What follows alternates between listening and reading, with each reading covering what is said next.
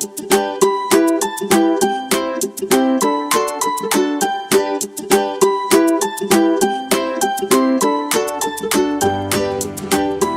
everybody, I'm so glad you're here. Do you remember my name?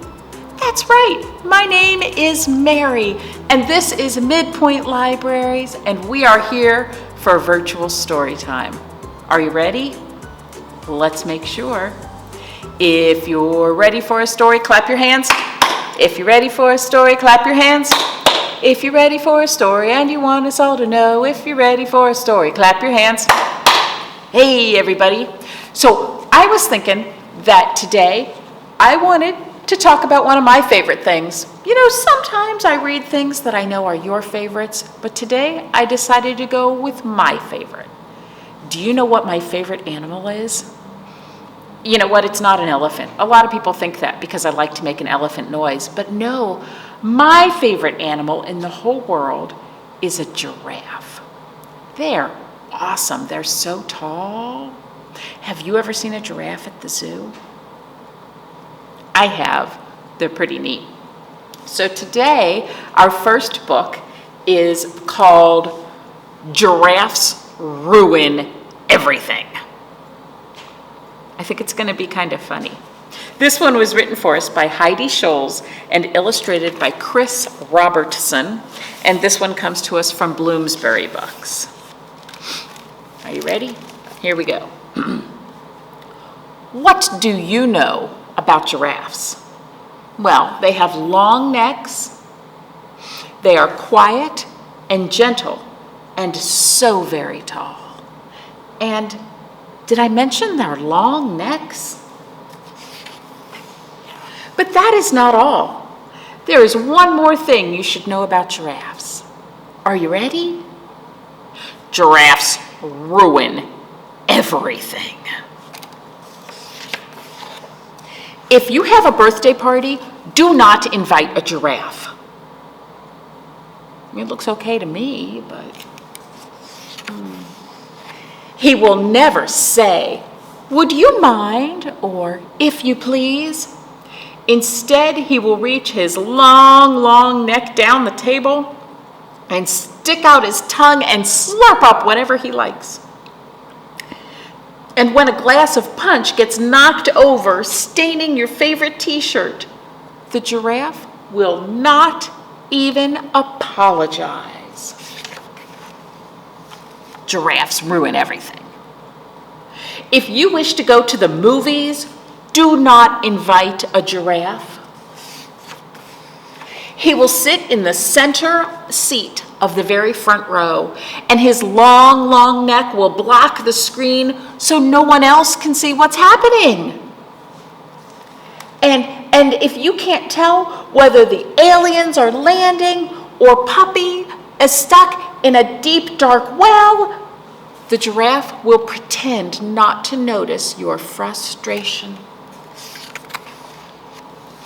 Giraffes ruin everything. And if you wish to spend an afternoon at the park, do not invite a giraffe. That is, if you would like a turn on the slide. For a giraffe has such a long neck that when his feet reach the bottom of the slide, his head is still at the top.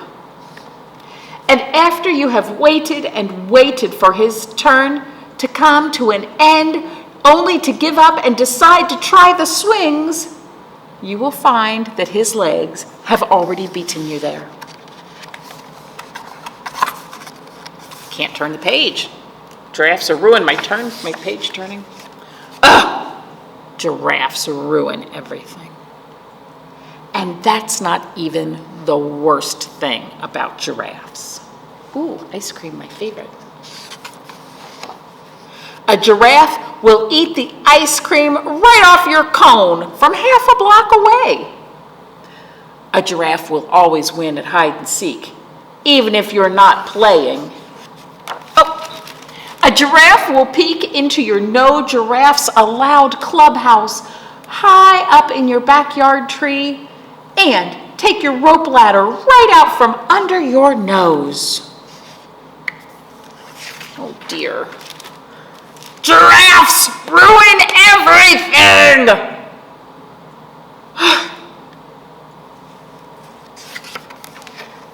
If someone needs help getting his new kite off the ground, do not invite a giraffe.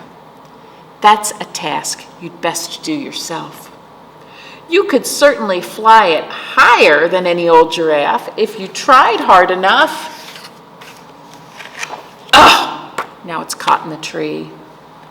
And now these kids are saying to this kid, "You've ruined everything."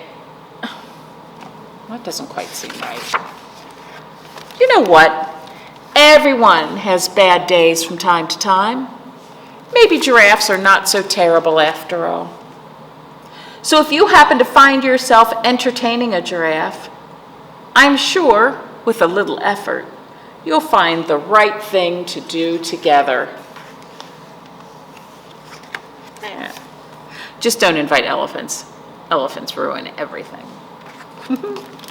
Isn't that fun? But you know what I noticed in this book where it says giraffes ruin everything? That here, when the giraffe spills the juice, ruining the child's favorite shirt, the giraffe looks kind of sad, and I think the giraffe was just trying to help and pour the juice.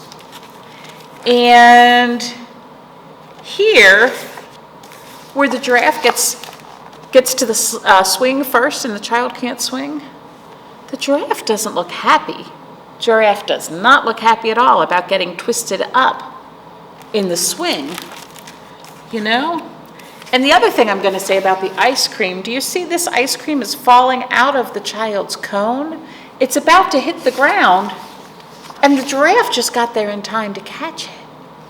I don't think that giraffe was trying to mess up the rope ladder to this clubhouse. I think he just got tangled up in it.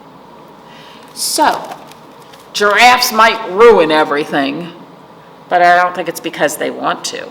I think it's just because they're awkward and they're too tall. Don't you think? Maybe. I don't know. Maybe you should read that book again with your grown-up and talk about it and see if you can make a decision about whether that giraffe is trying to mess things up or if he's just clumsy. Hey, look, my flannel board. I have a rhyme for us about giraffes. Now I'm going to tell you that when I made my giraffe flannels for this, I did not make the entire giraffe body because it would have to be a whole lot, and it wouldn't all fit in the bathtub. But right here we have, I'm going to need your help with this rhyme, where we have this giraffe in the bathtub. So we have one giraffe in the bathtub going for a swim. Knock, knock, clap your hands. Knock, knock, splash, splash, come on in. And now we have, two giraffes in the bathtub going for a swim. Knock, knock, splash, splash, come on in. 3 giraffes in the bathtub going for a swim. Knock, knock, splash, splash, come on in. 4 giraffes, right? Let's check. 1, 2, 3, 4. 4 giraffes in the bathtub going for a swim. Knock, knock, splash, splash, come on in. 5 giraffes. Oh my gosh, they almost don't fit. 5 giraffes in the bathtub going for a swim. Knock, knock, splash, splash, they all fall in. Oh no! Kind of silly, huh? All right. So, our first book, called Giraffes Ruin Everything, was clearly a made-up story, right? We know that you're not going to have a giraffe at your birthday party as much as you might want to, and even if you did, it's probably not going to pour the juice for you. That was a made-up story.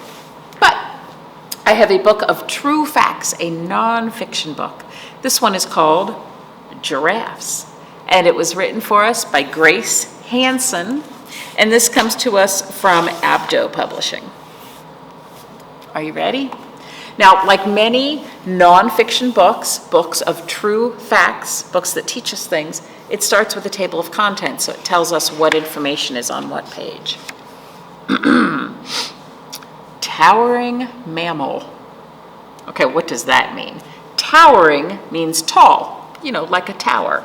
And mammal means it's a kind of an animal. A mammal is one kind, birds are another, fish are another, but a giraffe is a mammal, a towering mammal. Giraffes are the tallest mammals on Earth. They can grow up to 20 feet tall. That's very tall. That's like 3 grown-ups. Yep. A giraffe's legs can be a towering 6 feet long. That's taller than most people. That means if I was standing up in a place where a giraffe was, it could walk over the top of me and I wouldn't even notice it. Yep. Well, I would notice it, but it wouldn't touch me. A giraffe's neck can also be 6 feet long. The neck alone weighs up to 600 pounds. That's a lot. So as we look at this grown-up giraffe, a grown-up person is about this tall, and then another grown-up person is that tall. Yep, and so with the body and the head parts together, that equals about another person. It's a lot. Giraffes use their height to their advantage. Advantage means helpful, okay? Their long legs help them to run fast, and they can reach speeds of 30 miles per hour. That's probably about how fast cars drive on the street where you live. That's pretty fast to run, huh? Giraffes can also reach food that other animals cannot. They eat leaves high up in the treetops. Some leaves are just out of reach, but don't worry. A giraffe's tongue, 20 inches long, can get to those leaves. That means that a giraffe's tongue is not quite as long as this book here. And do you notice that tongue is not red like yours and mine? A lot of people think of it as this one looks black. Oftentimes they look blue or purple. A giraffe gets a lot of water from the leaves that it eats, but sometimes it must drink from a watering hole, and that can be awkward for a tall animal. So what a giraffe has to do when it bends down to drink, because you can just bend over to a water fountain, right? Or use a glass, but a giraffe can't use a glass. So it has to stand, it's got its back legs and its front legs, and it has to spread its front legs as far apart as it can so it can get its head down to the water. It's not graceful, but it works. Now, a newborn giraffe has quite the welcome into the world. A mom giraffe gives birth standing up so that baby falls about 5 feet to the ground. Yep. Can you imagine falling 5 feet? Ooh, that would hurt. Giraffes are already 6 feet tall when they're born. That means for a lot of us, the grown-ups in our lives might be taller than a giraffe. The dad in my family is taller than a baby giraffe. Isn't that funny? But get this, it's kind of amazing. Baby giraffes can stand up 30 minutes after they're born, and they can run pretty soon after that. 30 minutes, that's half an hour. So that's like the length of the story time, times 2. If a giraffe was born at the beginning of this story time, it would be able to walk a little while after story time's over. Pretty neat, huh? So here are a couple more facts. A giraffe's tongue is used for more than eating. A giraffe can use its tongue to clean its nose and its ears. Don't use your tongue to clean your nose or ears. You're not a giraffe. Giraffes live in Africa. They mostly live in the grassy part, the grasslands. And they can weigh up to 2,800 pounds, which is like as much as a car. Giraffes, they're my favorite. I think they're pretty neat animals. So I was wondering, maybe this week for our activity, we could try looking at the world like a giraffe does. So you'll want to sit up very tall, stand up tall, and look down and see what things look like when you're looking down at them. Most things in our world we look at straight ahead or up, especially if you're a kid. You spend a lot of time looking up. But imagine that you're a giraffe and look down at the things you can look down on. Things look a little different that way, don't they? I know it's a silly activity, but there it is. If you're looking for some more structured activities in your life, be sure to grab our program guide that tells you about everything that's going on at the library, our story times, our craft programs, our music programs, so many things happening at the library. Pick up one of these program guides and that will tell you all about it. Okay? Well, thank you again for sharing some time with me to explore some stories and some songs and learn a little bit about giraffes. All right? Let's sing our goodbye song. Are you ready? You know, I was thinking about it. There are lots of animals in our goodbye song, but there's no giraffe. We'll have to see if we can change some words to go with a giraffe. All right. See you later, alligator. After a while, crocodile. Give a hug, ladybug. Blow a kiss, jellyfish. See you soon, big baboon. Out the door, dinosaur. Hey, giraffe, ride on a raft. Wave goodbye, butterfly. Bye-bye, everybody.